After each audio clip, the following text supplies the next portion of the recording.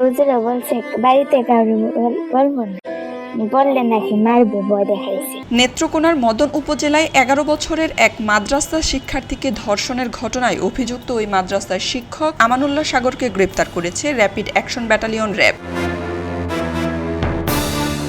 বুধবার ভোর 4:15টার দিকে ময়মনসিংহের গৌরীপুর এলাকা থেকে তাকে গ্রেপ্তার করা হয়। গ্রেপ্তারের বিষয়টি সংবাদ মাধ্যমকে নিশ্চিত করেছেন মদন থানার ভারপ্রাপ্ত কর্মকর্তা তরিকুল ইসলাম। তিনি বলেন, বুধবার ভোর 4:15টার দিকে গৌরীপুর উপজেলা থেকে র্যাব 14 এর একটি দল তাকে গ্রেপ্তার করে। দুপুর 1টার দিকে র্যাবের পক্ষ থেকে আসামিকে আমাদের হাতে হস্তান্তরের কথা রয়েছে। গত 30 এপ্রিল সন্ধ্যায় মদন থানায় ভুক্তভোগীর মা আমানুল্লাহ সাগরকে অভিযুক্ত করে মামলা করেন। অভিযুক্ত শিক্ষক আমানুল্লাহ সাগরের বাড়ি উপজেলার কাইটাইল ইউনিয়নের পাঁচহার বড়বাড়ি গ্রামে। তিনি হযরত ফাতেমাতুজ জোহরা মহিলা কওমি মাদ্রাসার পরিচালক ও শিক্ষক।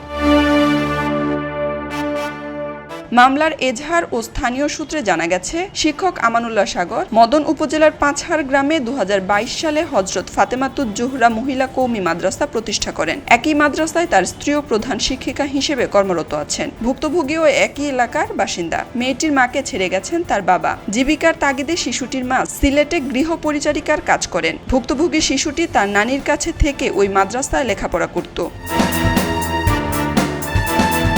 খবরের কাগজ, নিখাদ, নির্ভীক, নিরপেক্ষ।